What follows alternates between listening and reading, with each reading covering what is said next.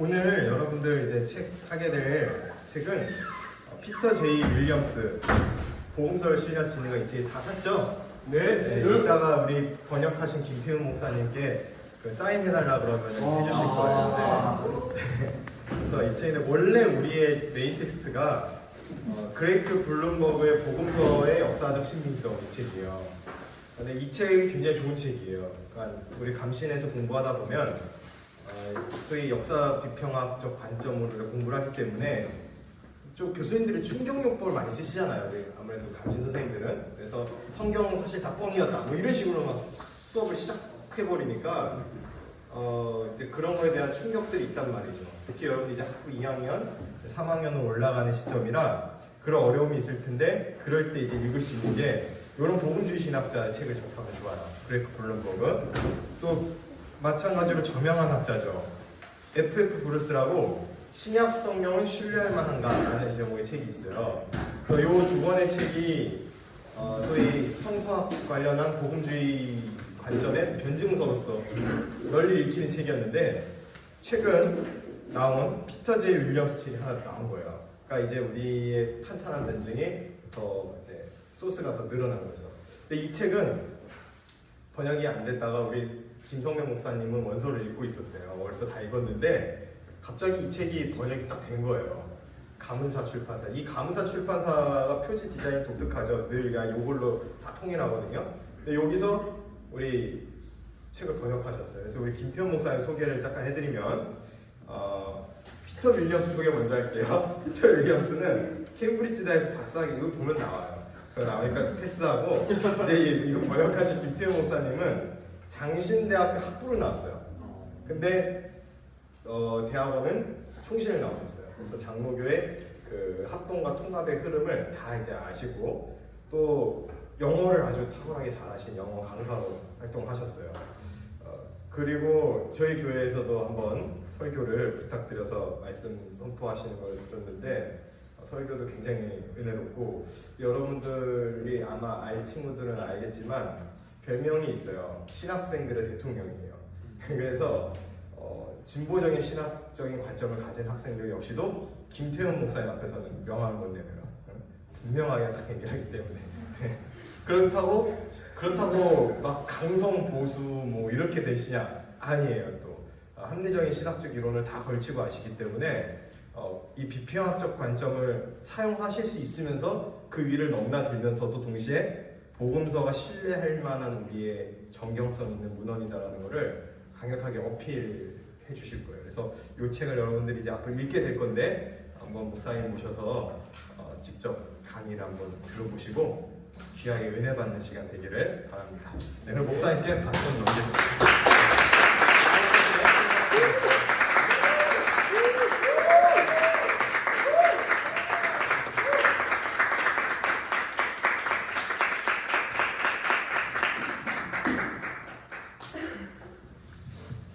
김태훈입니다. 너무 대단하게 제가 아닌 줄 알았어요. 그냥 집에서 그냥 심심해서 번역을 했는데 원래는 피터 윌리엄스라는 사람을 초청을 해야지 맞잖아요. 그렇죠? 이분에 대해서 조금만 제가 더 소개를 해드리면 캠브리지에서 그 기관인데 틴테일 하우스 들어보셨나요? 아무튼 그런 데가 있습니다. 성경을 연구하는 아주 되게 권위 있는 기관이에요. 유명한 미국이나 영미권에 있는 박사들이 안식년 같은 거 가지면서 이제 가게 되는 그 연구 기관입니다. 거기에서 이제 숙소 잡고 성경 연구하는 그런 기관인데 거기에 이 사람이 대빵이에요. 그리고 사본학을 전공을 했습니다. 사본학이 뭔지 알죠? 그 여러 사본들이 있잖아요. 신약만 하더라도 그리스어 사본이 한 5,000개 정도 있는데 그런 사본들을 비교하면서 어느 게 하나님의 원문 말씀인지를 열심히 연구하는 그런 아주 중요한 학자고 그리고 신약학자 혹시 이름 아는 사람이 누가 있나요? 감신대 학생들은 누구를 주로 아는지 궁금해서 그렇거든요. 혹시 성경신학자 중에 신약을 전공하는 학자 이름 아는 사람 한 번만 좀 얘기해 줄래요? 하워드 마샬이라든가. 그 보수적인데 그 감신대에서도 그분 좋아하나요? 감신은 그때 사실 콘셉트만 뭐 불투만 아직도 네, 그렇습니까? 죄송해요. 마샬책으로 공부했습니다. 마샬책으로 공부하셨어요? 세대가 달라요 저랑. 네, 저희 보금준 세대고 마샬도 돌아가셨는데 시간 콘첼만 이런 사람들은 거의 이제 증조 할아버지나 고조 할아버지를 되시는 분들이고, 그리고 이제 하워드 마샬은 할아버지예요. 이제 그런데 아무튼 그런 학자들 말고 이제 요즘에 그런 좀 진보적인 학자들 있잖아요. 그런 학자들의 대항마로서 복음주의 이 성서학을 하는 두 학자를 꼽는다면 그 중에 한 명이 이제 이 저자 피터 윌리엄스고, 또 하나가 갑자기 내가 이름이 생각이 안 나네. 그 유다복음 연구하신 분인데, 제가 이따가 이름 생각나면 얘기해 드릴게요. 아무튼 그 두 학자 중에 한 사람이고, 되게 이제 학문적이면서도 복음주의적 노선에서 이렇게 그 신약학을 연구하시는 그런 분입니다. 그래서 이분에 대해서 이 책이 처음 소개하는 거예요. 우리 그 합동만 하더라도 신약학자 하게 되면은 뭐 G.K. 빌 이런 사람들이 있어요. 무슨 데이비드 카슨 이런 사람들이 있거든요. 못 들어볼 수도 있는데 그런 사람들도 할아버지예요. 아직도 이제 그 사람들이 최신 책인 줄 알고 부흥과 개혁서 이런 데서 계속 그런 책만 계속 그냥 번역해내는데, 그게 아니라 이제 이 사람은 젊은 청년입니다. 지금 학자로 따지면 그런 학자로서 젊은 다음 세대의 우리 신약학을 이끌어갈 톰 라이트도 삼촌뻘입니다. 그런 모습이 좀 나이가 드신 분들이고, 그런 의미에서 피터 윌리엄스 정말 좋은 그 학자입니다. 나중에 여러분들이 이 분이 쓴 논문이나 그런 책들을 읽어보시면은 앞으로 목회나 여러 가지 사역을 할 때 좋은 그러한 토대가 될 것 같아요. 제가 이렇게 마이크 붙잡고 강의할 거라고 생각을 못했어요. 그냥 둥그렇게 앉아갖고 책에 대해서 소개하고 그럴 줄 알았는데, 일단은 제가 오늘 여러분들에게 이 책의 내용을 중심으로 좀 이 책 내용을 소개를 해드릴 거고, 그리고 제 목표 중에 하나가 여러분들이 성경을 지금보다도 이따가 1시간 뒤에 더 신뢰하게 만들었으면 좋겠어요. 여러분들 성경을 신뢰하십니까? 아니면 맹신하십니까? 그걸 한번 좀 물어보고 싶어요. 성경을 믿으시죠? 여기 친구 이름이 뭐예요? 이찬영. 몇 년생이십니까? 01입니다. 01년생이에요.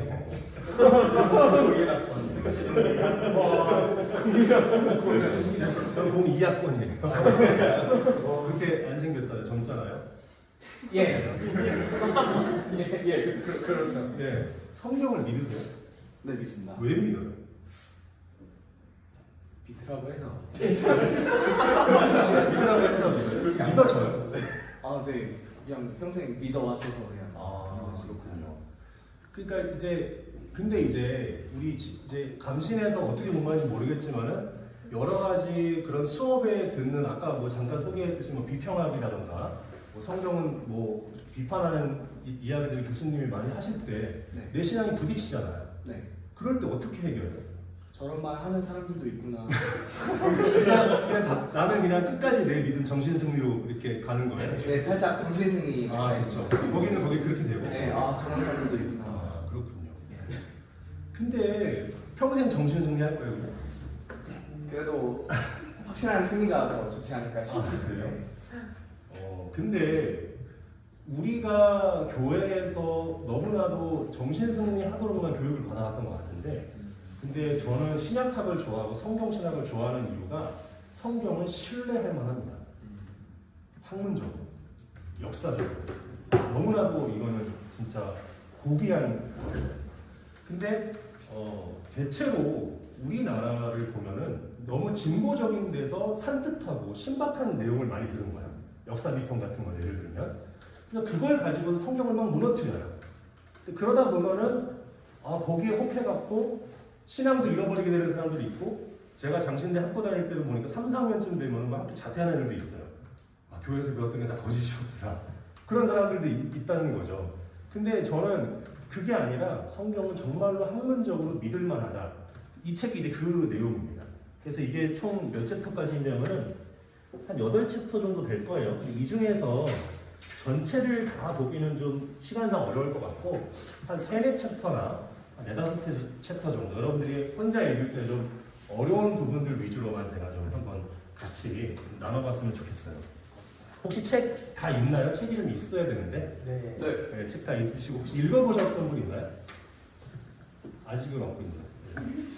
이거 예전입니다. 예전에. 오늘 소개해 그렇군요. 요한 목사님 읽어보셨죠? 네. 아, 그리고 원서를 읽으셨고서. 그렇군요.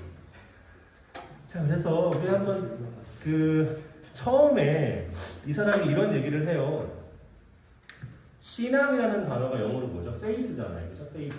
근데 이게 라틴어 피데스에서 온 말이거든요. 근데 이 피데스라는 말이 우리가 생각할 때 이게 트러스트라는 영어 단어에 더 가까운 어원이라고 해요. 트러스트가 무슨 뜻이죠? 신뢰한다는 거예요. 그러니까 우리가 복음서를 신뢰할 수 있다는 겁니다. 여러분들이 일상생활에서 누구를 신뢰합니까? 여러분들 교회 다니시잖아요. 그죠? 교회에 있는 담임 목사님 신뢰하십니까? 네. 네, 왜 신뢰하시죠?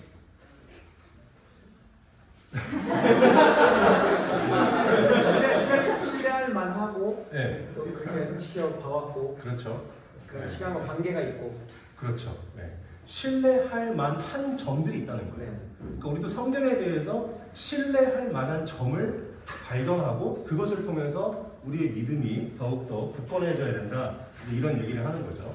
그래서 우리가 이제 복음서를 신뢰할 수 있는 그런 이제 여행을 좀 떠나려고 하는데 제 1장을 한번 좀 펴보시면 좋을 것 같아요. 제 1장의 제목이 뭐냐면 비기독교 자료들은 무엇을 말하는가라고 그렇게 되어 있습니다. 자, 이 챕터에서 다루는 게 뭐냐면 진보적인 사람들이 이런 이야기를 해요. 성경은 예수님의 열렬한 팬들이 쓴 거다라고 이야기를 합니다. 그러니까 객관적이지 않다는 거예요. 베드로라던가 뭐 야고보라던가 요한이라던가 뭐 여러 12제자들이 있잖아요. 그 제자들이 성경의 대부분을 썼다고 그렇게 우리가 믿어왔잖아요. 들어왔잖아요. 근데 그 사람들은 예수님의 열렬한 팬이에요. 객관적일까? 객관적이지 않을까? 객관적이지 않을 수 있다는 거죠.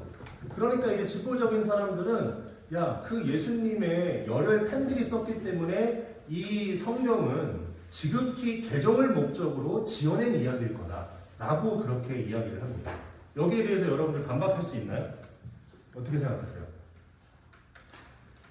근데 얼추 이 얘기가 틀린 말은 아니에요. 성경은 편견이 있습니다. 어떤 편견이죠? 예수님을 누구로 믿게 하죠? 그리스도로 믿게 하고 하나님의 아들로 믿게 하고 그리고 불신자로 하여금 우상숭배를 버리고 그리스도를 나의 주님으로 받아들이게끔 하려는 목적으로 기록된 게 맞아요. 편견이 있는 책이 맞아요. 자, 그런데 그 편견 때문에 그들이 전해준 세세한 기록까지도 우리가 다 불신할 이유는 없다는 거죠. 어떤 사람이 범죄로 기소가 됐다고 칩시다. 어떤 한 무고한 사람이. 그러면서 법정에서 증언을 하는데 누구 입장에서 증언을 할까요? 자기 입장에서 증언을 하겠죠. 자기 입장에서 자기 결백을 증언할 거란 말이에요. 근데 그러면 편파적인 거죠. 편파적이라고 해서 그 증언 자체가 다 무시되나요? 그렇지 않다는 거예요. 그래서 편파성이 꼭 그 사람의 증언, 어떤 기록 자체를 무시할 수 있는 근거는 아니라는 것입니다. 그리고서 뿐만 아니라 챕터 1에 보면은요, 비기독교 저자들 3명을 갖다가 이제 이 저자가 언급을 해요. 그 3명의 저자가 누구냐면 첫 번째가 타키투스입니다. 이 이름을 외워두면 좋으니까 한번 따라해봅니다. 타키투스랑 그리고 플레니우스라는 사람이랑 그리고 마지막으로 요세푸스라는 사람, 이 3명의 비기독교 저자들의 문헌을 살펴봐요. 이 사람들은 편파적인 사람들이 아니에요. 예수님 안 믿습니다. 기독교 별로 좋아하지 않는 사람들이에요.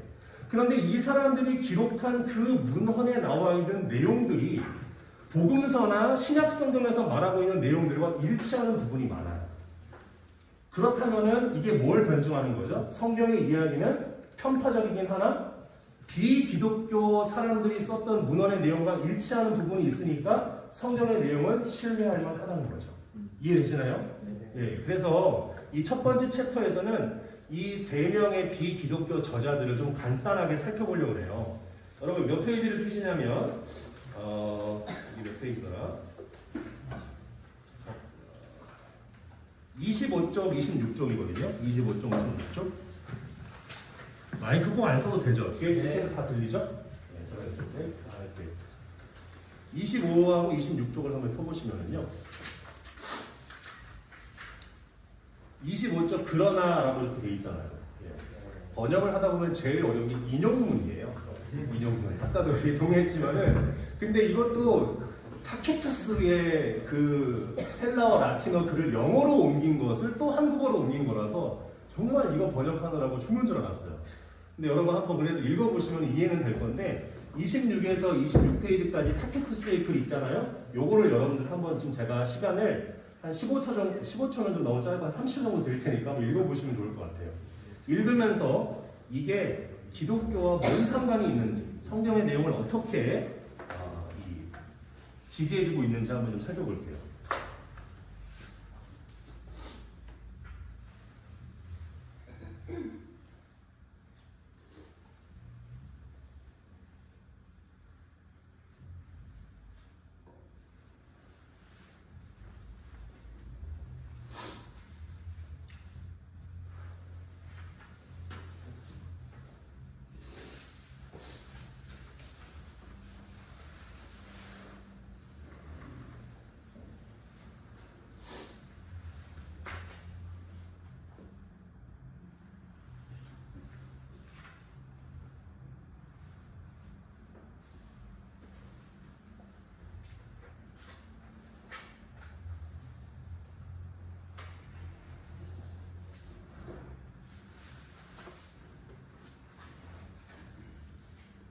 다 읽으셨나요? 네. 그리고 어떤 부분이 이렇게 좀 마음에 파고들어요?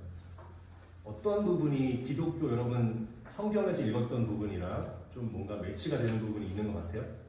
본디오비아도 그렇죠. 그 이름은 다 나옵니다. 고대 문헌들은 이제 그 시대에 어떤 부분이 성경의 증언을 신뢰할 수 있게 만드는 내용이 있는 것 같아요. 여러분 군중들이 크레스토인들이라고 군중들이 불렀다는 언급이 있어요, 없어요? 있죠. 여러분 이게 어디 나옵니까? 사도행전 11장 26절에 보면은요. 안디옥에 갔을 때 그때 비로소 제자들이 뭐라고 불림당해요? 그리스도인들이라고 불림당해요. 그러니까 자칭 그리스도인들이 아니었고 외부인들이, 이방인들이, 이교도들이 기독교인들을 보고서 저 사람들은 예수님을 믿고 예수님을 따르는 사람들이네, 크리스토인들이네, 그리스도인들이네 라고 말했다는 거. 그 사도행전에 나와 있는 내용이랑 지금 기독교를 전혀 믿지도 않고 예수님을 믿지도 않는 이 불신자 이교도 저자인 타키투스의 글에 일치하는 내용이 나오는 거예요. 또 어떤 게 있죠? 예수님이 티베리우스의 통치 아래에서 빌라도의 선고로 사형을 당했다는 내용이 정확히 일치하죠. 이건 지어낸 얘기가 아니에요. 그러니까 십자가 사건, 본디오 빌라도 이 모든 사건들, 부활까지도 물론 부활은 한 번 더 변증이 필요하겠지만 그 모든 것들이 신뢰할 만하다는 거죠. 그리고 또 어떤 이야기가 나오죠? 기독교가 본거지인 유대 지역뿐만 아니라 정말 멀티튜드 인겔스라는 많은 사람들이 정말 예수님을 믿었다라는 내용이 나와요. 로마에 있는 데까지, 유대부터, 초창기부터 그랬다는 겁니다. 이게 상당히 중요해요. 자유주의자들이 무슨 얘기를 하냐면 처음에 유대 지역에서 예수님을 믿는 복음은 존재하지 않았었다고 하십니다.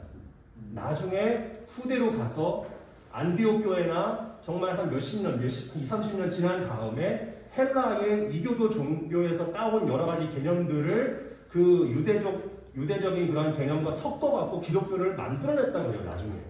근데 그게 아니라 초창기부터 유대와 로마 제국이 다스리는 그 넓은 지역에 복음이 편만하게 펼쳐져 있는 거예요. 이거를 갖다가 바꿀 수 있을까요? 지금은 전화 한 통 하면 되죠. 야, 그거 고쳐.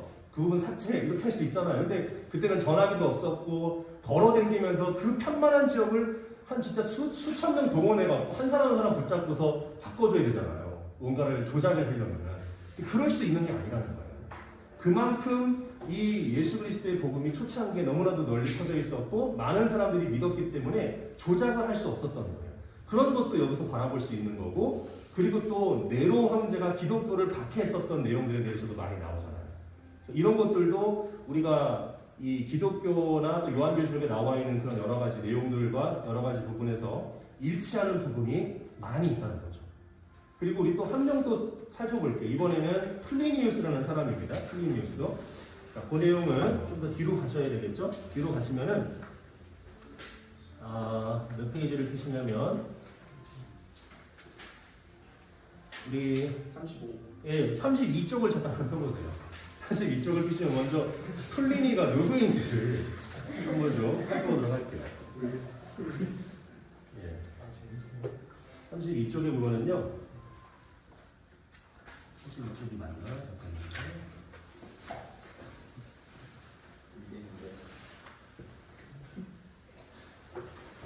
아니다. 이거는 일단 저희가 맞는 몇 페이지냐? 32쪽부터 이거는 좀 기네요. 36쪽까지 있어요. 108번까지. 조금 길긴 한데 이것도 좀 읽어봤으면 좋겠어요. 이 부분만. 일단 제가 조금 시간을 드릴 테니까 32쪽부터 36쪽까지 한번 좀 읽어보도록 할게요.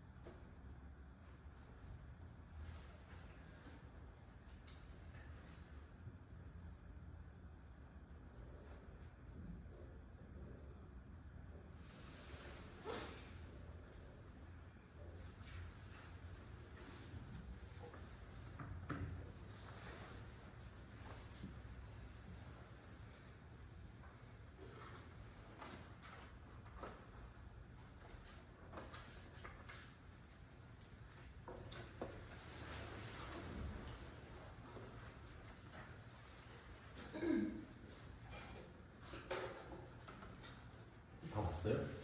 네. 어떤 게 또 좀 들어오나요? 여기 두 번째 학생? 읽으면서 좀 마음에 성경의 내용이랑 좀 유사한 부분이 뭐가 있는 것 같아요? 핍박이라는 키워드가 네? 핍박. 핍박. 아, 교회 이제 성경에서도 핍박받았다고 했는데 여기에서도 이교도 그 플리니우스가 핍박받았다고 이야기하는 게 일치하죠. 네, 맞습니다. 좋습니다. 그 옆에 친구는요? 묻어가기를 잘하시는 그 옆에는요? 다른 걸로? 예. 생각. 박해. 네, 핍박이랑 박해랑 뭐가 다르죠? 영어로는 나 퍼시큐션이잖아요. 일치된 마음으로 한 마음 한 뜻으로. 일단은 뭐 그것도 맞습니다. 그것도 맞는데 여기 보면은 막 그 끝부분에 신전들이 버려진 상태였고 막 희생제물 구매자도 매우 적었다 이런 부분 있잖아요. 근데 이게 사도행전 19장에 보면은 나오지 않나요? 맞아요. 네, 은장색들이 장사 못하게 됐다고 막 난동부리 그러잖아요. 그런 내용이랑 그런 디테일한 내용이랑도 거의 일치하는 부분이 있는 거죠. 그렇죠? 네. 그리고 여기에서도 마찬가지로 앞에 타키테스와 마찬가지로 수많은 사람들이 기독교화 됐다는 거예요. 그 당시에 로마 인구가 막 우리나라처럼 많지도 않았을 거라고요. 근데 황제 숭배는 거의 보편적이었거든요. 로마 사회에서. 근데 그 황제 숭배를 하는 그 판테온 신전에도 사람들이 별로 없을 정도로 기독교인이 많았다는 거야. 그러니까 그만큼 초창기부터 기독교인이 많았고, 그리고 여기 보면은 예수님을 뭘로 믿어요? 콰시데오라는 표현이 있었어요. 그리스도를 뭘로? 신으로. 자유주의자들은 예수님을 신으로 믿었다고 그렇게 생각하지 않아요. 나중에 가서 신격화됐다고 이야기를 하지만 이 초창기 때부터 콰시데오, 신처럼이라는 뜻입니다. 그렇게 그리스도를 신으로 고백했다는 거죠. 이거를 이제 신약에서는 하이 크리스톨로지라고 해요. 고등 기독론이라는 말 들어봤나요? 고 기독론이라기도 합니다. 예수님을 고, 높을 거예요. 아주 높게 보는, 신으로 보는 그러한 기독론입니다. 이 기독론적인 견해가 이미 초창기부터 있었고, 그 견해가 정말 로마 신전에, 그 판테온 신전에 사람들이 가지 않을 정도로 너무나도 많은 사람들이 이미 기독교를 믿었다는 거예요. 그렇다면은 뭔가 어떤 사람이 인위적으로 기독교의 신학을 바꾸려고 할 수 있었을까요? 쉽지 않은 거야. 한두 사람만 믿었으면 끌고 와갖고, 야, 내가 너한테 한 100만 원 줄 테니까 좀 너가 믿는 말을 이렇게 좀 바꿔라고 말을 들을 수 있겠지. 근데 수많은 사람들이 그렇게 믿고 있는데 불가능하다는 거죠. 자, 그리고 또 어떤 얘기가 나오냐면 기독교인들의 예배 모임을 너무나도 적나라하게 잘 묘사하지 않았습니까? 예, 성찬까지도 이야기가 나오고 있어요. 그러니까 우리가 성경에서 나와 있는 떡을 떼는 것, 그렇죠? 예, 그리고 찬양하는 그리스도를 신으로 예배하는 그 모든 것들이 여기에 이렇게 자세하게 기록이 되어 있는 거죠. 예, 그러니까 또 성경의 여러 내용들, 기독교 신학의 내용들을 좀 더 우리가 믿을 만한 것으로 바라보게 된다는 거죠. 이해되셨죠, 여러분들? 네. 자, 이제 마지막으로 플라비우스 요세푸스로 한번 가보도록 할게요. 자, 이 요세푸스는 유대인입니다. 유대인인데 원래는 이 사람이 유대인 군대 이끌었던 지휘관이었거든요. 근데 이제 이 사람이 나중에는요, 붙잡혀요, 로마의 포로로. 그러다가 이 베스피아누스가 황제가 될 것을 예언하고 난 다음에 이 베스피아누스 이후의 황제들의 호의를 얻고 이름까지 받아요. 그 이름이 이제 플라비우스라는 이름이거든요. 이 사람이 이제 유대 역사가인데 이 사람의 그 내용은 인용되어 있지 않아요. 여러분들 이게 다 번역이 되어 있거든요. 유대 모대사 같은 경우는 나중에 이런 것들도 읽어보면 좋아요. 근데 이제 여기에서 어떤 언급이 나오냐면 예수에 대한 언급이 상당히 많이 나오고 또 세례 요한에 대한 언급도 상당히 많이 나옵니다. 근데 이제 이 책에서는 뭐에 중점을 두고 있냐면 야고보의 이름을 다룬다는 거예요. 야고보가 누굽니까? 12제자 야고보 말고 주의 형제 야고보가 나온다는 거예요. 그 주의 형제 야고보가 유대인 종교 지도자들의 핍박을 받아서 죽게 된, 돌에 맞아서 순교하는 내용이 이 요세푸스의 유대 고대사에 기록이 되어 있다는 거죠. 근데 이것은 성경에 나와 있는 내용이랑 얼추 비슷하거든요. 이 야고보라는 형제가 존재한다는 것이 공간복음에 보면은 맨날 나오죠. 마태복음 13장 55절에도 보면은 예수님의 형제로 야고보, 요셉, 시몬, 유다가 있었다고 이야기를 하고 마가복음 6장 3절에도 이 사람이 마리아의 들 목수가 아니냐, 야고보와 요셉과 유다와 시몬의 형제가 아니냐라고 이야기를 해요. 그러니까 야고보는 역사적 인물인 게 확실해요, 아니에요? 확실한 거죠. 근데 그 내용이 여기 나와 있고, 그리고 순교를 했다고 나와 있어요. 자기 동생이란 말이죠. 동생인데 동생을 위해서 진짜 그 동생이 메시아라는 믿음이 있지 않은 이상 순교할 수 있을까요? 없는 거예요. 그만큼 이 예수님을 그리스도로 믿는 그 신앙이 분명했다는 것을 요세푸스를 통해서도 볼 수 있다는 것입니다. 이게 챕터 1의 내용이에요. 챕터 1의 내용이고, 근데 이렇게 들었다고 해서 챕터 1을 또 안 읽으면 안 돼요. 네. 꼭 읽으셔야 됩니다. 여러분들이 읽고 여러분들의 것으로 소화해야 돼요. 그래서 다시 한번 정리를 하면은 기독교의 성경이 편파적인 사람들에 의해서 기록되었다고 할지라도 그 증언 자체를 거부할 수는 없어요. 그렇죠? 하지만 한 걸음 더 나아가서 편파적이지 않은 이교도 작가들도 기독교에 대해서 언급을 했는데 그게 성경의 내용을 어떻게 한다고요? 지지한다는 얘기예요. 그렇기 때문에 이 사실만으로 성경 자체가 진리다라고 말할 수는 없을지라도 성경은 어떻다? 신뢰할 만하다. 이렇게 되는 거죠. 그래서 여러분들 이제 아까 전에 맹목적으로 그냥 믿으니까 믿는다고 얘기를 했는데 얼추 좀 더 신뢰하게 됐나요? 네, 그렇습니다. 믿습니다. 예. 아, 예. 그래서 아무튼 이제 챕터 1에서 이렇게 됐잖아요. 이제 챕터 2, 3로 가게 되면은 점차 우리의 신뢰감이 늘어날 겁니다. 네. 저는 이 책을 번역을 하고 읽고 나서부터 뭐가 생각이 드냐면 부활이 생각이 되는 거예요. 계속. 이렇게 여러 가지 증거를 통해서 성경이 믿을만하다면, 그렇다면 마지막 기록인 부활도 믿을만하다면, 이게 진짜 저는 목사입니다. 믿어요. 부활 안 믿는 얘기가 아니에요. 정말로 부활이 신뢰할 만하다면 너무나도 이게 정말 희열과 두려움과 내가 이렇게 살면 안 되겠다. 부활을 바라보며 살아야지. 정말 이 먹고 사는 문제 때문에 그렇게 일희일비하면서 살지 않을 수 있겠구나라는 생각이 들더라고요. 그래서 제가 이 책을 목회자들에게 추천한다고 이야기를 했어요. 그리고 이렇게 성경이 신뢰가 되니까 복음서 설교에 힘이 붙더라고요, 저한테. 그래서 그런 게 여러분들에게도 유익을 줬으면 좋겠습니다. 사역하시죠, 대부분. 안 하실 수도 있겠지만. 그러니까 우리가 그냥 맹신해서 성경, 그러니까 뭐라 그런 거 아니에요. 네. 자, 맹신을 강요하게 돼요. 내가 맹신하면 맹신을 강요하게 돼요. 질문을 입을 틀어막습니다.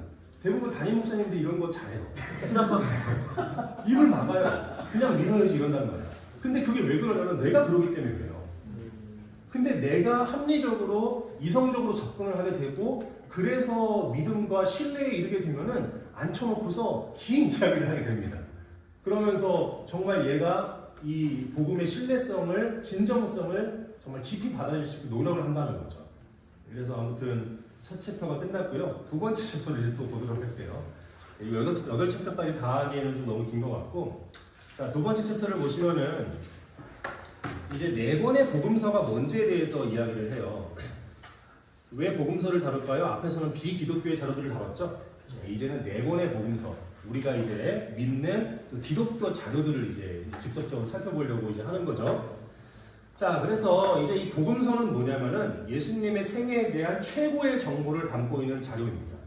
이거는 보수적인 학자가 한 이야기가 아니라 바트 어만이라는 사람 아세요, 여러분? 네, 악당 중 악당이죠. 예, 상당히 그 악당입니다. 예. 근데 저는 그 책을 좀 읽어보면 좋을 것 같아요. 우리의 스파링 상대가 누군지를 알아야 되거든요. 그래서 저는 바트 어만을 좀 나중에 제가 항상 영어 원서 강독 스터디를 하는데 다음 책을 바트 어만 책을 좀 읽을까 해요. 그러면서 좀 기독교 변증도 하고. 아무튼 이 사람은 원래는 저기 무디 신학교라고 있어요. 근본주의 중에 근본주의 학교입니다. 진짜 정신승리로 똘똘 뭉친 그런 학교인데 거기에서 신학을 공부를 하고 프린스턴 대학교로 MDB를 와서 거기에서 사문학을 배우면서 이 사람이 이 진보적으로 바뀌어요. 그러면서 이 사람의 인생의 목표가 뭐냐면 역개종을 시키는 거예요. 역개종. 그래서 기독교인이 된 사람들을 다시 기독교인이 안 되게끔 하려는 데에 자기 인생을 건 사람이라고 스스로를 그렇게 이야기를 해요. 이 바트 어만이 뭐라고 했냐면요. 그 아까 몇 페이지라 했죠 제가? 55분. 예, 그걸 한번 읽어볼게요. 이 바트 어만도 이런 이야기를 합니다. 우리 54, 55에 인용문이 있죠. 제가 한번 읽어볼게요. 조금 이따가 살펴보게 되겠지만 예수 생애를 알 수 있게 해주는 우리가 가진 가장 오래된 최고의 자료는 신약의 4복음서, 즉 마태복음, 마가복음, 누가복음, 요한복음이다. 이것은 단순히 신약과 그것이 가진 역사적 가치를 높게 평가하는 기독교 역사가만의 견해가 아니라 모든 종류의 진지한 고대 역사가의 견해이고 여기에 열정적인 복음주의자들부터 철저한 무신론자들까지 포함된다는 거죠. 이거는 이 아주 우리 그 진보적인 그런 사람이 이런 이야기를 하고 있는 거죠. 그만큼 복음서가 상당히 믿을만하고 신뢰할 만한 예수에 대한 역사적 기록이라는 거죠. 학교에서 도마복음, 유다복음 이런 거 가르치나요? 빌립복음 이런 거? 안 가르치나요? 가르칩니다. 신약이에요. 네. 이제 한때 막 그 다빈치 코드 막 나오고 그거 나오고 그랬을 때 그 또 그때쯤에 유다복음 막 이런 게 인기가 있었어요. 우리 한국에서도. 그래서 유다복음, 도마복음이 마치 대단한 것처럼. 근데 이거 챕터 3를 보면 알겠지만은 정말 허접대기예요. 정말 이게 그 믿고 걸러도 돼요. 그냥 안 봐도 돼요. 그 정도로 허접대기 책입니다. 근데 그런 허접대기 책들은 예수에 대한 진정성 기록을 보지 않아요. 무신론자들조차도. 그 음모론이에요. 그 다빈치 코드 다 그런 게. 그러니까 근데 거기에 막 너무 빠져갖고 도올 같은 선생님들은 그 유다복음 주에서도 막 썼잖아요. 그 되게 헛발질하는 거거든요. 근데 아무튼 진보적인 사람들조차도 이렇게 이야기를 한다는 거죠. 이 우리가 읽는 복음서에 대해서. 자, 그러면서 이제 저자가 티베리우스 황제에 대한 기록과, 이 사람은 이제 이방인이잖아요. 황제잖아요. 이 기록과 예수님에 대한 이 사복음서의 기록을, 그 가치를 평가를 해요. 책에서. 티베리우스에 대한 기록이 나와 있죠. 어떤 게 있죠? 이제 그 뒤에 보시면은 어떻게 있더라? 좀 넘어가갖고 58쪽이래요. 이 티베리우스 황제의 생애에 대하여서 기록을 하고 있는 책들이 4권이 있습니다. 벨리우스 파테루플루스 로마 역사, 타케티스의 연대기, 수에이토니우스의 티베리우스, 그리고 오른쪽에 디오카시우스의 로마 역사, 이 4권이 있어요. 그렇죠? 그런데 여러분, 이것의 최초 사본 연대를 한번 보세요. 첫 번째 건 몇 세기? 16세기. 두 번째 거는 9세기. 9세기, 그리고 9세기죠. 기록 연대를 한번 볼게요. 언제 기록됐는지. 티베리우스는 예수님과 거의 동시대 인물이죠. 그렇죠? 그러면은 이제 뭐 AD 한 뭐 30년대 뭐 요쯤 쓰면은 가장 그 티베리우스의 생애와 밀접하잖아요. 근데 첫 번째를 제외하고서는 다 언제예요? 주후 110년 이후예요. 그러니까 티베리우스 사후에 정말 오랜 기간이 지난 이후에 기록이 된 거죠. 물론 여기 보면 이제 이 벨리우스 파테루플루스가 주후 30년이죠. 그러니까 티베리우스 살아 생전에 기록되었을 수도 있잖아요. 그런데 이 사람들은 역사가가 얘는 티베리우스 바예요, 바. 돈 받고 선전원이에요. 그런 사람이어갖고 역사적 가치가 별로 없다고 그렇게 평가하는 책이에요. 그 책을 제외하고는 다 언제예요? 엄청 후대예요. 그런데 여러분 복음서를 보십시오. 오른쪽에 예수님에 대한 주요 자료죠. 자, 가장 초기의 사본이 완전한 사본만이에요. 쪼가리 있잖아요. 파피루스 이런 거 말고 전체 다 담고 있는 완전한 사본이 몇 세기예요? 4세기죠. 아까 전에 티베리우스는 거의 10세기, 9세기죠. 16세기, 9세기. 이거는 너무나 차이 있지 않습니까? 기록 연대는요, 여기는 안 나와 있지만은 마가복음이 제일 빨리 기록됐다고 하잖아요. 마가복음의 연대가 대충 어떻게 되죠? 이 성전 파괴가 70년에 있었잖아요. 이 가기까지 한 65년에서 69년까지 어떤 사람은 70년이라고 보는 사람들도 있고요. 그게 마가복음이 가장 먼저 기록됐는데 그 정도란 말이에요. 요한복음이 가장 늦게 기록됐는데 이게 80년 이후라고 본다는 거죠. 그러면은 기록 연대만 하더라도 차이가 어마어마하게 나죠. 그렇죠? 근데 일반 사람들은 티베리우스 황제에 대한 이 주요 자료들의 기록을 상당히 신뢰합니다. 그리고 여기에 근거해서 그 로마 역사라든가 티베리우스 황제의 그런 생애에 대해서 여러 가지 그런 연구를 해요. 근데 복음서는 그보다도 훨씬 더 귀하다는 거죠, 그러니까. 더 앞서다는 거예요. 무슨 얘기하는지 이해되셨나요? 그만큼 복음서가 어떻다는 거죠? 신뢰만하다는 거예요. 우리가 가진 기록이 그냥 교회에서 고리타분하게 설교하고 끝낼 그게 아니라는 거예요. 역사적으로 예수에게 정말 상당히 근접해 있고, 그리고 그 사본들도 초창기부터 너무나도 많은 사본들이 존재했었다는 거죠. 파피루스 조각으로 따지면 2세기면은 몇 년 안 돼요. 그런 사본들까지 존재한다는 거예요. 그만큼 우리가 가진 기록이 너무나도 우수하고 탁월하고 그리고 신뢰할 만하다라는 것이 이제 챕터 2의 골자입니다. 62쪽부터 보시면은 복음서 개관이 나와요. 이거는 건너뛰겠습니다. 왜냐면은 이거 뭐 별 얘기 아니에요. 여러분들 복음서 개관이에요. 이거 신뢰성이랑은 그렇게 큰 이 접점이 별로 없는 내용입니다. 그래서 여기까지가 챕터 2가 끝난 거예요. 그래서 우리 이제 챕터 3로 좀 들어가 보도록 할게요. 챕터 3까지를 제가 좀 이렇게 많이 나누고, 자, 그리고 이제 세 번째 내용이 뭐냐면 복음서 저자들이 그들이 다루는 내용을 잘 알고 있었을까라는 거죠. 왜 이런 질문을 하냐면 진보적인 그런 라인에서는 뭐라고 얘기하냐면 이거를 지어냈다고 이야기를 하는 거예요. 복음서에 있는 여러 가지 그런 세부적인 내용들. 그런데 지어낼 수가 없을 정도로 너무나도 세부적이고 디테일한 것을 여러분들이 이제 보게 되는데 어떤 부분이 그러냐면 지리적인 기준입니다. 지리적인 기준. 77쪽을 한번 좀 보도록 할게요. 77쪽에. 복음서에 언급되는 소도시들이 이렇게 쭉 나오잖아요. 뭐 에논, 아리마데, 베다니, 베들레헴, 벳파게, 벳세다 그리고 다음 페이지 보시면 쭉 나오죠. 이게 복음서에만 기록되어 있는 장소입니다. 그 오른쪽에 보면은 또 수역이라 그래서 그죠? 바디스 오브 워터인데 베데스다, 기드론, 요단강, 갈릴리 호수 또는 바다, 실로암 연못 이런 것들이 나오고 그리고 기타 장소들 피바, 가바다, 겟세마네, 골고다, 감난산, 양문, 솔로몬 해강 이런 것들이 나옵니다. 이게 이제 복음서에만 나오는 지리적인 내용인데 여러분 이러한 지리적인 장소의 내용을 담고 있는 문헌들이 있을까요, 없을까요? 이렇게 세부적으로 담고 있는 게 없어요. 예. 기껏해야 뭐 예루살렘이랑 갈릴리 정도는 다 있죠. 예. 자, 그리고 그래서 이제 80쪽에 정리를 합니다. 80쪽에 중간에 보면 1, 2, 3 이렇게 정리가 되어 있죠. 거기 뭐라고 되어 있어요? 모든 복음서 저자들은 잘 알려진 곳, 예루살렘 같은 곳이죠. 그런 곳부터 덜 알려진 곳, 그리고 거의 알려지지 않은 무명의 지역에 대한 지식을 가지고 있었대요. 이 지식을 어떻게 가지고 있을 수 있을까요? 복음서 저자들이. 1번 계시. 계시로 주입을 해주는 거잖아요. 하나님이. 2번 도서관에 가서 모든 문헌들을 다 찾아보는 거야. 그러면서 적재적소에 그 장소들의 이름을 사용해서 복음서를 지어냈을까요?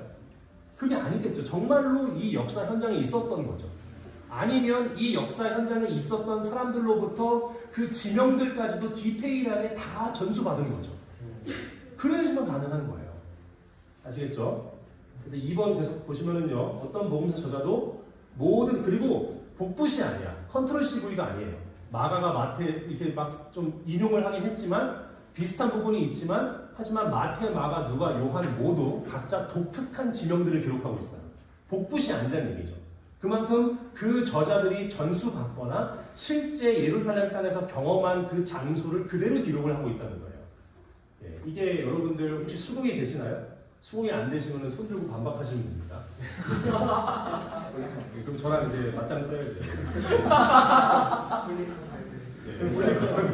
홀리카운트.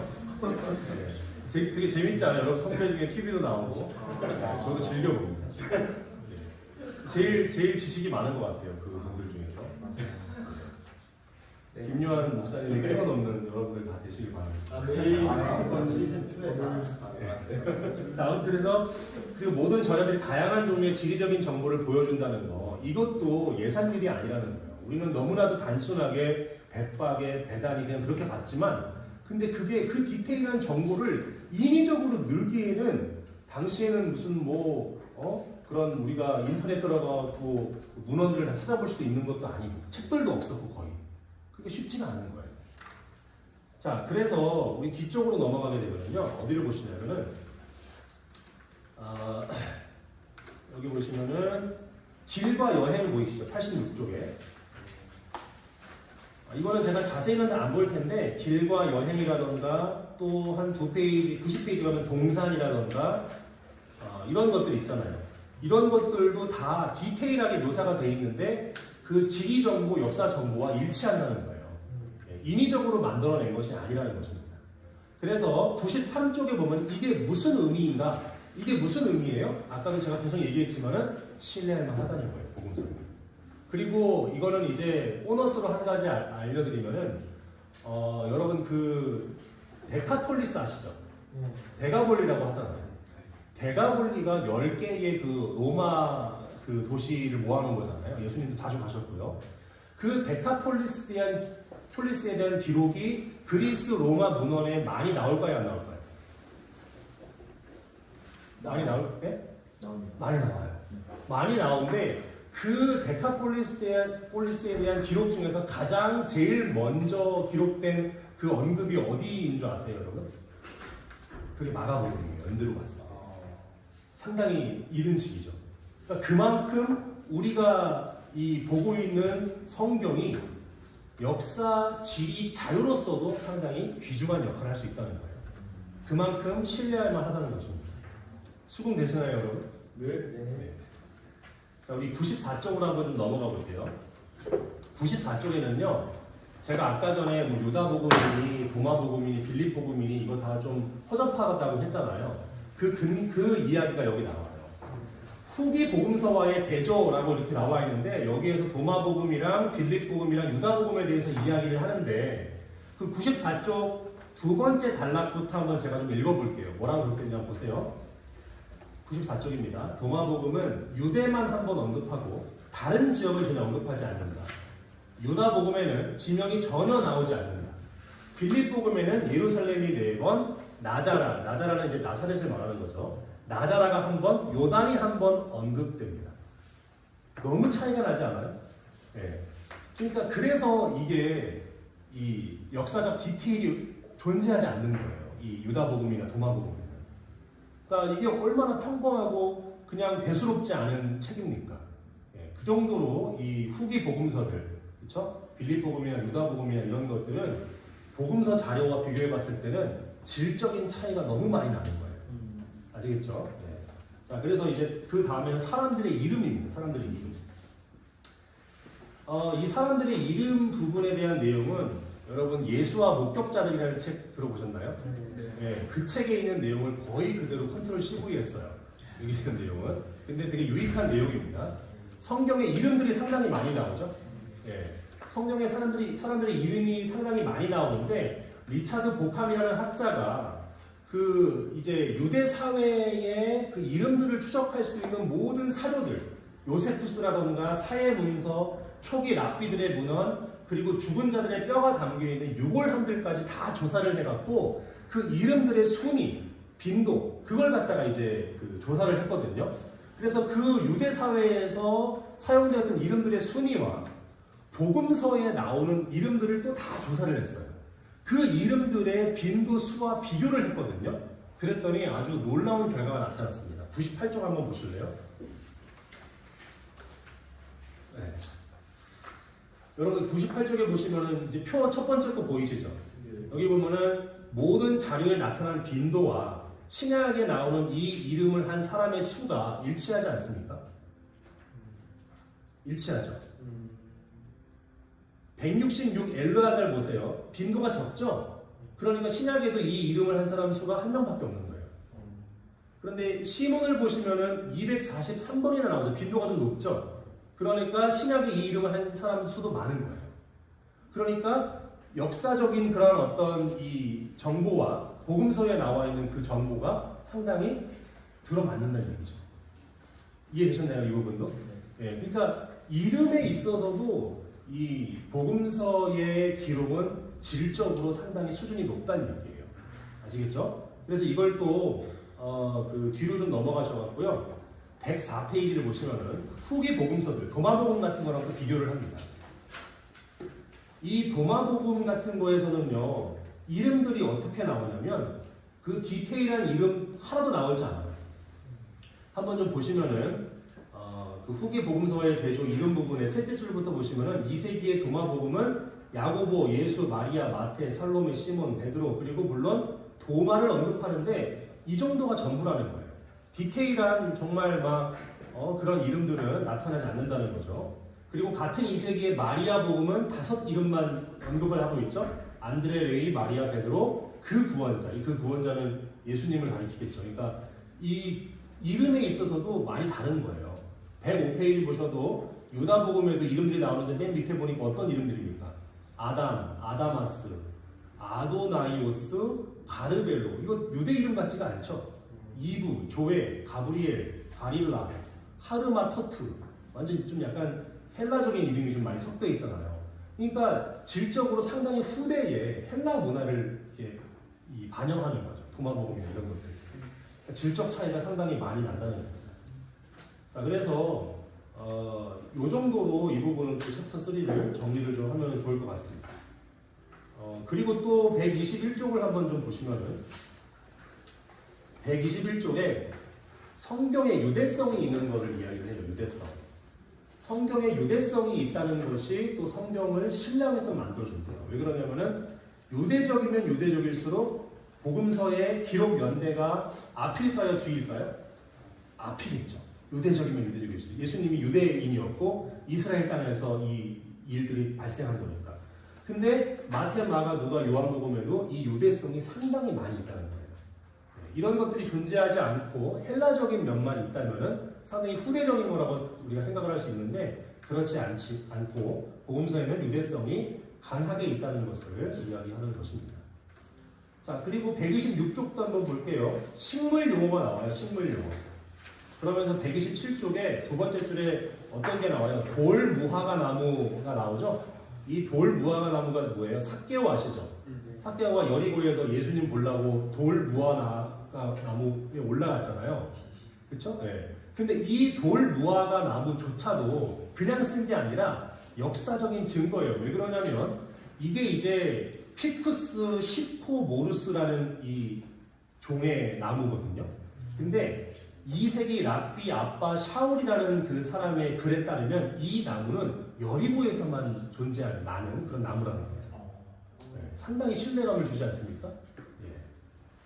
그래서 뭐 그 정도로 이 부분은 좀 정리를 할게요. 그 챕터 3 끝입니다. 혹시 여기까지 질문 있나요?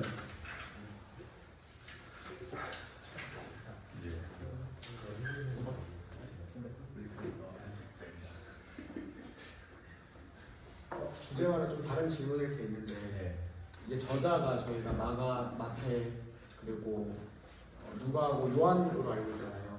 혹시 이들이 직접 쓴 게 혹시 맞는 것인지 그걸 우리 신뢰할 만한 것인지 모릅니다.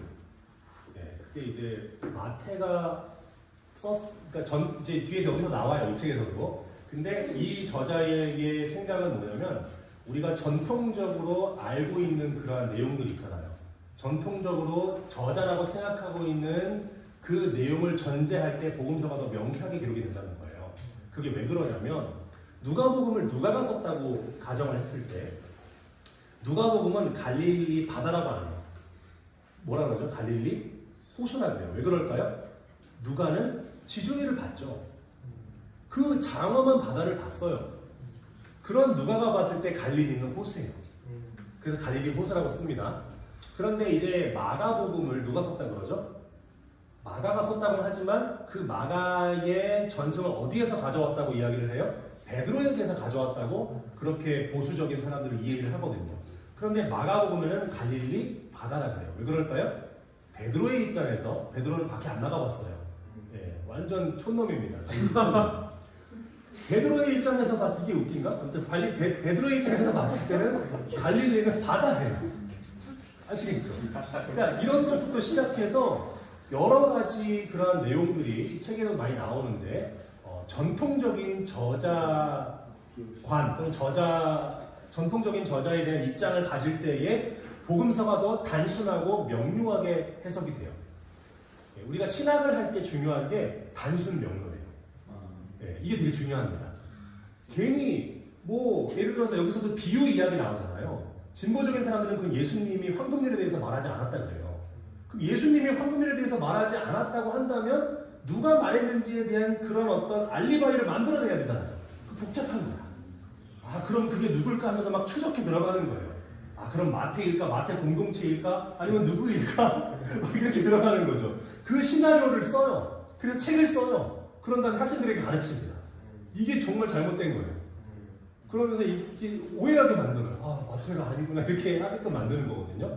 근데 그 설명이 단순하고 명료하다. 이 단순 명료는 바보 같다는 이야기가 아니에요. 합리적이고 명쾌한지 그리고 이제 전통적인 견해와 성경에서 말하는 견해를 그게 지지를 받는지 이거를 따져봤을 때 합리적인 걸 이제 택하는 게 그렇죠. 그래서 저는 그게 맞다고 봐요. 마태, 마가, 요한이 기록했다고 보는 게 맞다고 봅니다. 그게 정신 건강에 좋고. 또 질문 있나요? 예. 그리고 이제 챕터 4 좀 지겹죠? 아니요. 지겨운 거예요. 예. 지금 몇 시죠? 예, 저도 이제 서울역에 9시 반 차거든요. KTX. 그래서 여기서 한 8시 한 45분 정도는 출발해야 될 것 같아요. 그 전까지 또 열심히 또 해볼게요. 또 이제 4장으로 가볼게요. 의도하지 않은 우연의 일치예요. 성경에 여러 가지 우연의 일치들이 나온다는 거죠. 이거를 막 마태랑 누가가 머리 맞대고서 야 나 이렇게 쓸 테니까 너 이렇게 써. 그런 다음에 우리 이걸 갖다가 딱 우연의 일처럼 맞추게끔 하자 이렇게 하지 않았어요. 어떤 얘기냐면 두 자매가 나오는데 136쪽을 한번 볼게요. 두 자매가 누구냐면은 마리아와 마르다죠. 마리아와 마르다에 대한 본문인데 여러분 이 본문 다 아시죠? 자, 읽지 않을게요. 아시나요? 네. 네. 마리아랑 마르다에 대한 이야기가 나오는데 마르다는 어떤 사람이에요? 그렇죠. 분주하죠. 막 집안 이렇게 일하고 마리아는 어때요? 예수님께로 나아가서 잘 모르시는 것 같은데 그러면은 예수님께로 나아가서 그 발치에 누워갖고 말씀을 배우는 사람에 대한 내용이 어디에 나오냐면 누가복음 10장에 나오잖아요. 그렇죠? 자 그런데 이 마리아와 마르다에 대한 내용이 누가복음 말고 또 어디에 나오죠? 요한복음에 10장에 보면은 나오잖아요. 요한복음 10장에 보면은 그 누구예요? 나사로의 그 누이들로 나오잖아요. 근데 그 나사로의 누이들인 마리아와 마르다를 묘사하는 요한복음의 내용과 그리고 누가복음 10장에 나와 있는 마리아와 마르다를 묘사하는 그 인격을 묘사하는 내용이 거의 일치해요. 이게 이런 걸 우연의 일치라고 이야기합니다. 자, 어떤 부분이 일치하는지를 좀 한번 우리가 살펴보면요. 이제 그 누가복음에서는 그 밑에 137쪽에 보면은요, 두 명의 대조되는 인물을 제시하는데 이들은 어떻습니까? 이 마리아는 아까도 얘기했듯이 앉아서 그렇게 예수님의 가르침을 하고 있는데 그 138쪽의 두 번째 단락을 보시면은요, 이거는 제가 좀 한번 읽어볼게요. 쭉 보시면은 요한복음에서 우리는 동일한 두 자매를 보게 되는데 이들의 남자 형제인 나사로가 죽었고 예수께서는 그들이 사는 마을로 가시는데 마르다는 이 소식을 듣자마자 예수께로 나아가지만 마리아는 집에 가만히 앉아 있었다고 이야기를 해요. 자, 요것만 봤을 때 여러분 어떻습니까? 누가 더 적극적이에요? 마르다죠. 앞에서 누가복음에서도 마르다가 좀 더 적극적으로 예수님께 가서 말하고 그러잖아요. 왜 동생 가만히 냅둬요? 나는 열심히 일하는데. 그런 면에서 좀 일치하는 부분이 있잖아요. 그죠? 그런 우연의 일치들을 말하는 거예요. 그리고 마리아는 집에 가만히 앉아 있었다고 요한복음 11장 20절에 이야기하죠.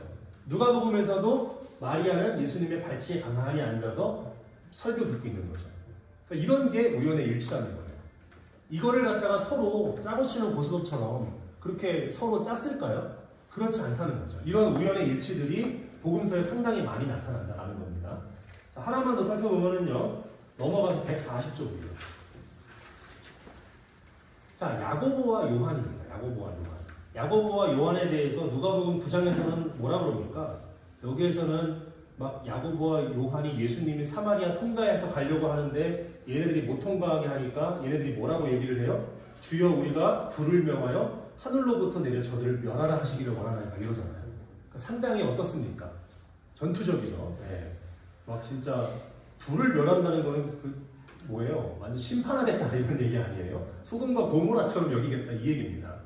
근데 이 이야기를 보고 나서 마가복음에서 예수님이 12 제자들을 말할 때 이 야고보와 요한을 무슨 아들이라 그래요?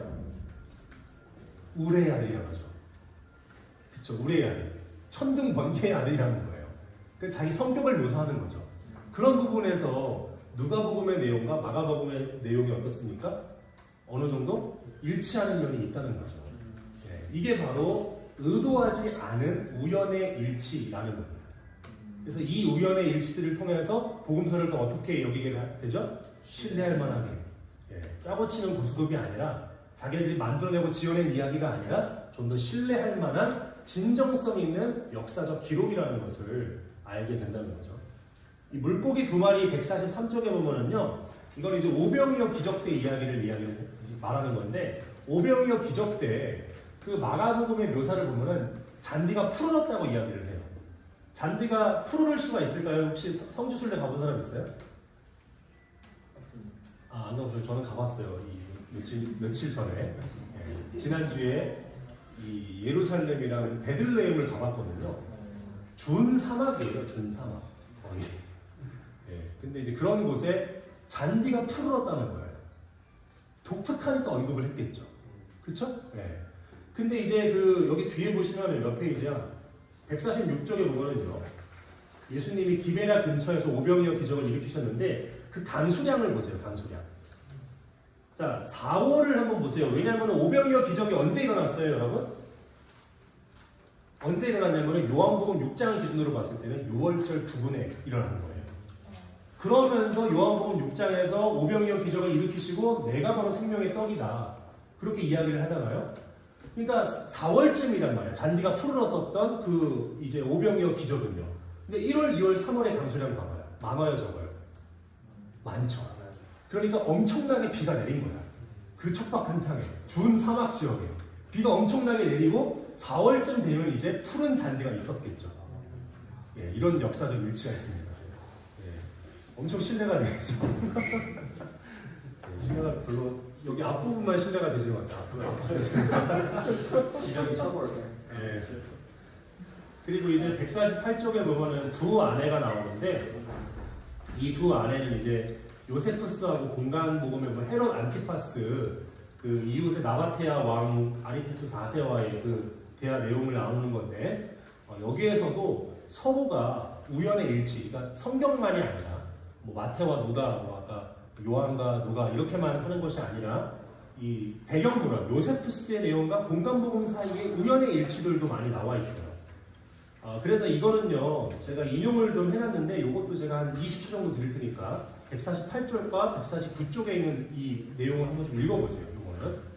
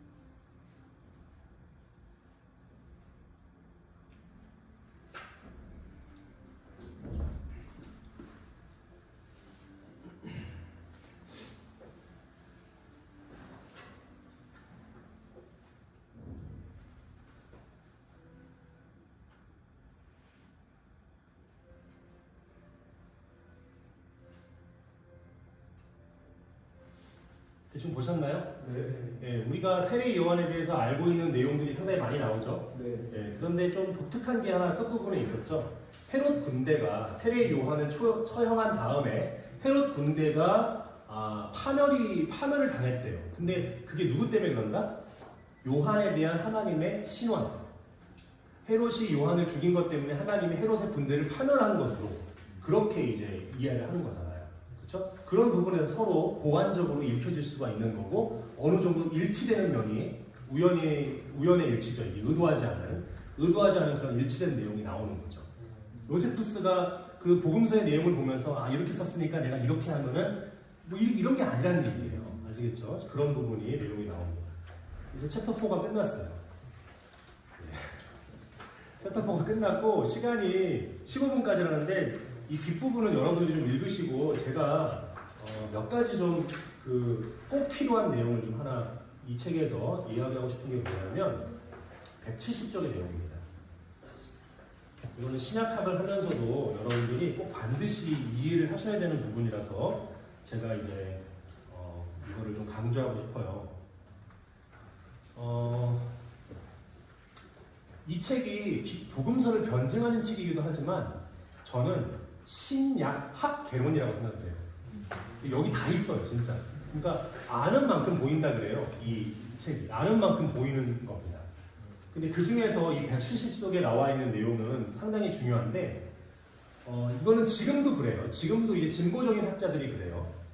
복음서를 기록했었던 당시에 예수님과 제자들이 사용했던 언어는 어떤 언어였을까요? 아람어죠. 오, 대단하네요.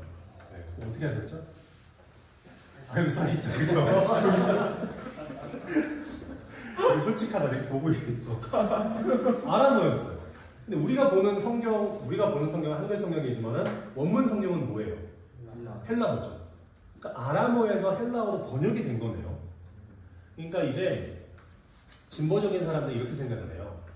아람어에서 예수님이 말씀하셨던 그 내용들이 나중에 엄청 후대로 가서 헬라어로 번역이 됐다라고 생각을 하는 겁니다. 그러니까 그 기간이 엄청 길죠. 그러니까 그 기간이 길기 때문에 예수에 대한 기억도 사라졌을 것이고 또 번역을 하면서 오역도 있었을 것이고 그리고 이 헬라 문화를 헬라어로 번역했다는 얘기는 헬라 문화도 받아들였다는 얘기 아니에요. 그러면서 헬라의 여러 가지 그런 신화나 또는 여러 가지 그런 뭐 이교도적인 내용들이 가미가 돼서 오늘날의 신약 성경, 헬라어 신약 성경이 탄생됐다라고 봐요. 얼추 그럴듯한 얘기죠. 근데 이거는 너무나도 진짜 이거는 고조 할아버지 때나 투영됐었던 그런 이야기고요. 당시에 예수님 당시에 유대인들은 아람어만 사용하지 않았습니다. 이중 언어자들이었어요. 왜 그러냐면 우리 할머니 있거든요. 우리 외할머니는요 아직도 일본말을 하세요. 무슨 얘기 하려는지 이해되셨죠? 당시에 이거는 이제 학술적으로 밝혀진 건데 비석들을 다 조사를 했어요. 그 지역에. 그런데 헬라어로 된 비석과 아람어로 된 비석이 거의 50대 50이에요. 비율이. 그리고 어업을 한다거나 세리 같은 역할을 하려면은요 당연히 로마와 어떻게 해야 돼요? 교류를 해야겠죠. 그리고 목수의 일을 하려면 그 목수들이 하는 일들은 뭐 건물을 짓는다거나 이런 거를 하려면은 누가 시키는 일을 했냐면은 로마가 시키는 일을 하기도 했어요. 외주를 받아서 일을 했습니다. 그러려면은 의사소통이 가능해야 되죠.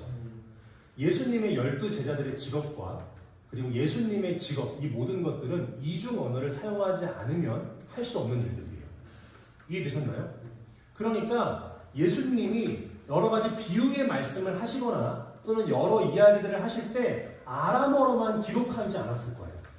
동시에 어떤 사람은 헬라어로 기록했을 수도 있고 아람어로도 기록했을 수도 있고 아람어로 기록을 했다가 헬라어로 번역하는 것이 저 나중에 바울 때야 가서야 그렇게 바뀌는 게 아니에요. 바울이 이방 선교를 할 때 바뀌는 게 아니라 이미 갈릴리 지역에서부터 유대 지역에서부터 이 이중 언어가 편만하게 사용되었기 때문에 아람어 전승과 헬라어 전승이 동시에 존재했었다는 거죠.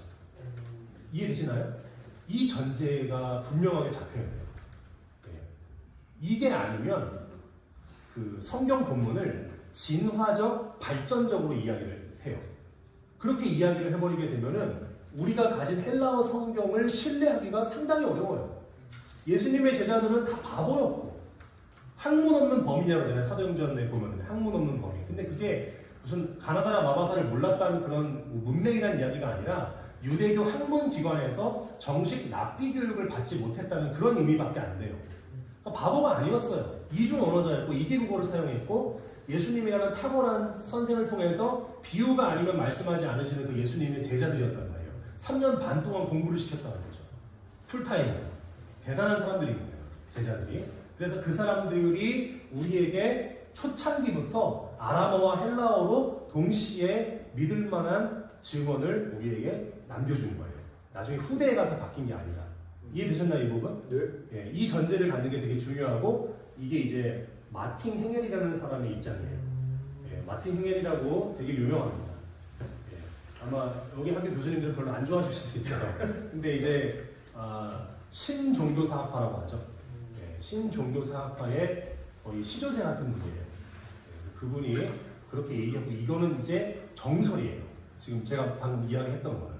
예, 보통 그 콘첼만이나 그 앞세대에 있는 사람들은 안디옥 교회 때 바울이나 이때쯤 가서 그 시대쯤 가서 헬라어로 번역이 됐고 그때 이제 우리가 보는 성경이 이렇게 있다고 생각하는데 그러면 공백이 엄청 길잖아요. 예. 그러면서 역사적 예술을 알 수 없다. 아람어 사용하면 역사적 예술을 알 수 없다 이렇게 얘기하는데 그렇지 않다는 얘기죠. 예. 그래서 아무튼 뭐 그 부분이에요. 이 정도로 하면 될 것 같은데 시간상 혹시 질문이 있으시면 질문만 좀 받고 마무리해도 될까요? 다른 질문도 다 괜찮습니다. 성경과 관련돼서. 저 궁금한 게 있는데 이제 저희가 마태부터 이제 요한까지 조금씩 다르잖아요. 이제 다르기 때문에 이게 진짜다라고 이제 그렇게 이야기를 하는데 이제 예수님 탄생 과정이나 그런 것들을 어떻게 마태 요한이 기록했는지 그때 마태 요한은 아마 아기 혹은 태어나지도 않았을 텐데 어떻게 다 다르게 약간 다른 데서는 이렇게 나타났고 다른 데서는 이렇게 나타났다 정확히는 기억이 안 나는데 그들이 그때는 없었을 혹은 아기였을 텐데 어떻게 그런 것들을 다르게 예수님 탄생 과정을 기록했는지가 궁금합니다. 예. 그 누가복음 1장에 보면 시작할 때 나오잖아요. 미루어 살폈잖아요. 다 목격자들의 증언을 통해서. 그렇죠? 그래서 누가 같은 경우는 마리아도 만났을 거고, 예. 그리고 또 마리아로부터 이야기를 들었을 거고, 그리고 또 마태는 그 이야기를 들었을 거 아니에요. 그래서 그 마태와 누가의 부분에서 그래서 좀 그 예수님의 초창기의 모습이 좀 다르잖아요. 하지만 사건은 다르잖아요. 다른 사건이잖아요, 둘 다. 다른 사건을 이해하는 거기 때문에 이게 틀리다고 해서 모순되고 성경 가짜다가 아니죠. 그러니까 여러 목격자들과 그 여러 전승들, 그렇죠? 그런 거를 미루어 살펴서 그 이 마태와 누가의 자신의 그 관점과 목표, 그걸 이제 신학이라고 표현할 수도 있겠죠. 거기에 맞춰서 표현을 이제 해놓은 거죠. 그 기록들을 이제 배열하면서. 그렇기 때문에 이제 뭐 그게 꼭 다르다고 해서 성경을 신뢰할 수 없는 건 아닌 것 같아요. 각자 자기 목적에 따라서 다른 자료와 목격자의 진술을 사용하는 거죠. 혹시 하나 네. 이건 다른 질문인데 이제 신학에 관한 질문인데 저희가 현재 신학 이해라는 과목을 좀 배우면서 제2의 바울 서신이라는 것을 배우고 있거든요. 그러니까 이제 뭐 예를 들어 로마서는 바울이 썼지만 다른 많은 서신들은 바울이 쓰지 않았다. 현재 저희가 배우고 있는데 어떻게 생각하시는지? 네, 이게 보통 메인 라인에서 그렇게 가르쳐요. 네, 근데 그거는 저는 이렇게 받아들입니다. 바울도 성장하고 발전하고 그리고 공동체마다 문제가 다르고 또 말해주는 게 다른 거죠. 저라고 해서 맨날 똑같은 입장이 있지는 않잖아요. 그게 다 다른 거예요. 그렇기 때문에 그냥 저는 그거를 제1, 제2 바울 서신이라고 명칭을 하지 말고 그냥 로마서랑 비슷한 애들 그리고 이제 또 기타 다른 어떤 관점을 보여주는 것들 뭐 그렇게 볼 수도 있고 그래서 그거를 갖다가 1, 2 서신 나눠서 이건 썼고 얘가 안 썼고 안 썼다 그래도 영향은 받았겠지.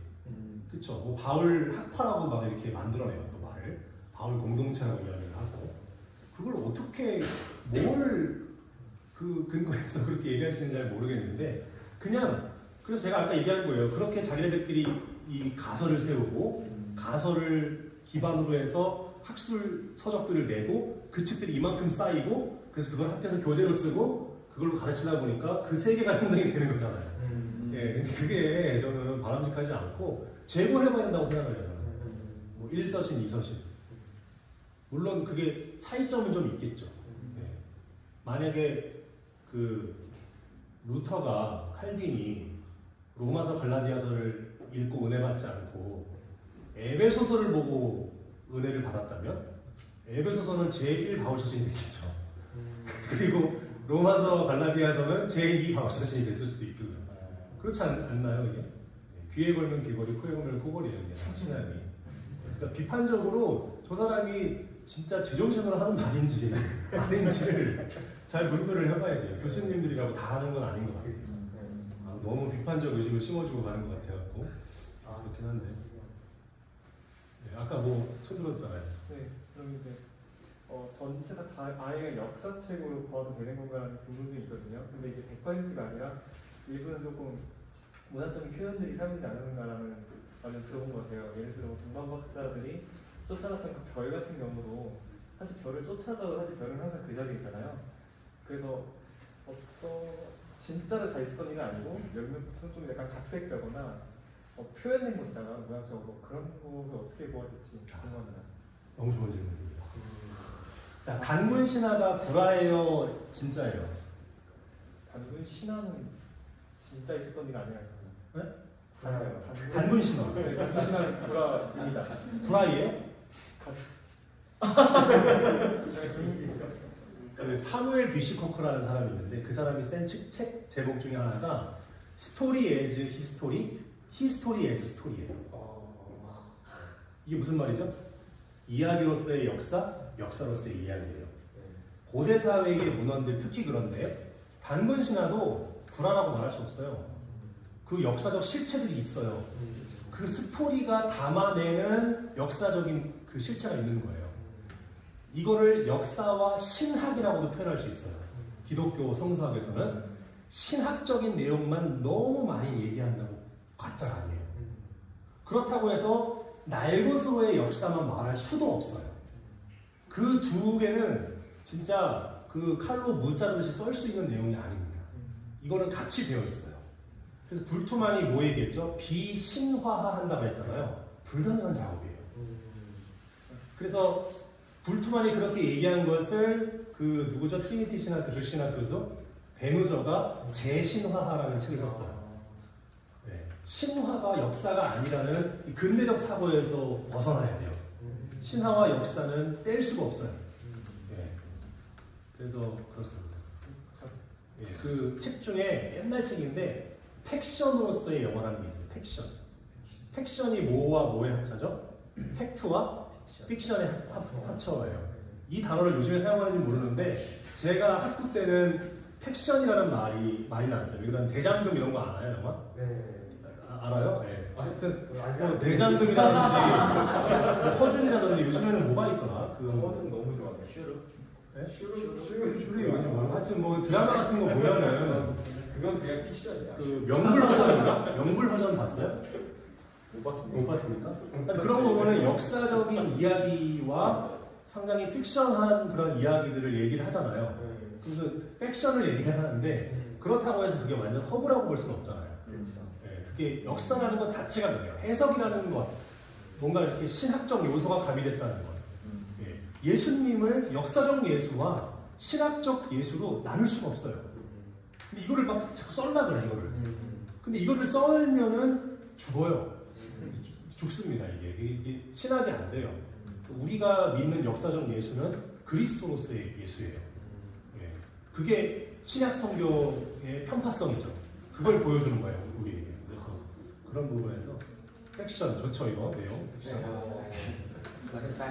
질문들 좋아요. 예, 아주 이거 너무 좋은 질문이에요. 되게 좋은 질문이요. 네.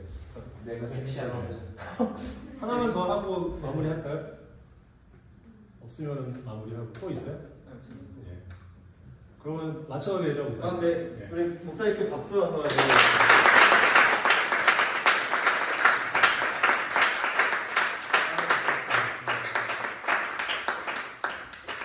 어렵게 오셨는데 또 시간 내주셔서 내일 또 다른 일정이 있으시고 되게 바쁘신데 시간 진짜 힘들게 내셨거든요. 그리고 여러분들 그 제가 막간에 광고를 하면은 목사님 유튜브가 있어요. 그 영어 대장 티처킴. 그래서 그거를 아시죠? 네, 이미 아마 아실 거예요. 그래서 그 유튜브를 그 구독하면 원서로 신학 공부를 또 할 수 있는. 그래서 여러분들이 제가 알기로 선교사님들 자녀들이 많잖아요. 어학이 이미 돼 있잖아요. 지금 김성대 목사님이 책을 IVP에서 로저월슨 책 번역 중인데 여러분은 남 얘기가 아니에요. 선배들 대단하다 이게 아니고 다음은 여러분들 차례예요. 이제 여러분들은 유학도 가셔도 되고 이미 어학이 돼 있는 상태이기 때문에 저는 어학이 안 돼요. 많이 부족해요 실력인데 여러분들의 실력이 월등하기 때문에 기본으로 어학 세팅이 돼 있는 상태에서 이런 신학적 지식이 들어가면 할 수 있는 것들이 무궁무진해요. 그러니까 목사님께 또 지속적으로 계속 유튜브 구독도 하시고 또 좋아요도 누르시고 네, 슈퍼챗도 쓰시고 채널 이름이 혹시 한 번만 더. 네, 채널 이름 영어대장 티처킴 맞죠? 예, 영어 대장 티처킴. 촌스럽긴 한데. 부끄러워하세요 목사님? 영어 대장 티처킴. 오늘 너무 유익했죠. 저도 많이 배웠습니다. 그리고 우리 바이블모스 카톡방에 궁금한 거 얼마든지 질문 남기시고 제가 해결 못하는 영역인 또 주변에 또 물어서 공부해가지고라도 알아내서 답변을 제공해 드릴 테니 하면 될 것 같아요. 우리 마치죠. 어떻게 마칠까요? 그냥 기도하고 마칠까요? 네. 사진도 찍. 사진도 찍고 이렇게 네, 잠깐 기다려주세요. 좋으신 하나님, 귀한 우리 전도사님들 오늘 김태훈 목사님 모셔서 또 우리가 있는 경전으로 받아들이고 있는 이 성경이 놀랍도록 신뢰할 만한 주의 말씀임을 우리가 또 학문적으로 또 받아들이고 또 우리의 신앙의 고백을 통하여서 이것이 우리의 현장, 목회 현장에서 또 승화되어지고 적용되어질 수 있도록 주께서 이 모든 작업들과 과정들을 이루어 가시는 줄로 믿습니다. 아무리 세상이 힘들고 험악할지라도 이 불변하는 주의 영원한 복음의 진리 우리 가슴 한켠에 깊이 새기고 주는 그리스도라는 이 생생한 고백을 지금 이 시대에도 동일하게 고백하고 강력하게 선언할 수 있는 주님의 귀한 일꾼들, 주의 귀한 종들 다 되게 하여 주옵소서. 또 우리 김태현 목사님 앞으로의 목회의 여정 주께서 붙들어 주옵시고 주님 그 걸음을 인도하여 주셔서 하나님의 놀라운 종으로서 이 한국교회 전반에 귀히 쓰임 받는 주의 놀라운 일꾼 되게 하여 주옵소서. 감사드리며 예수님의 이름으로 기도드렸습니다. 아멘.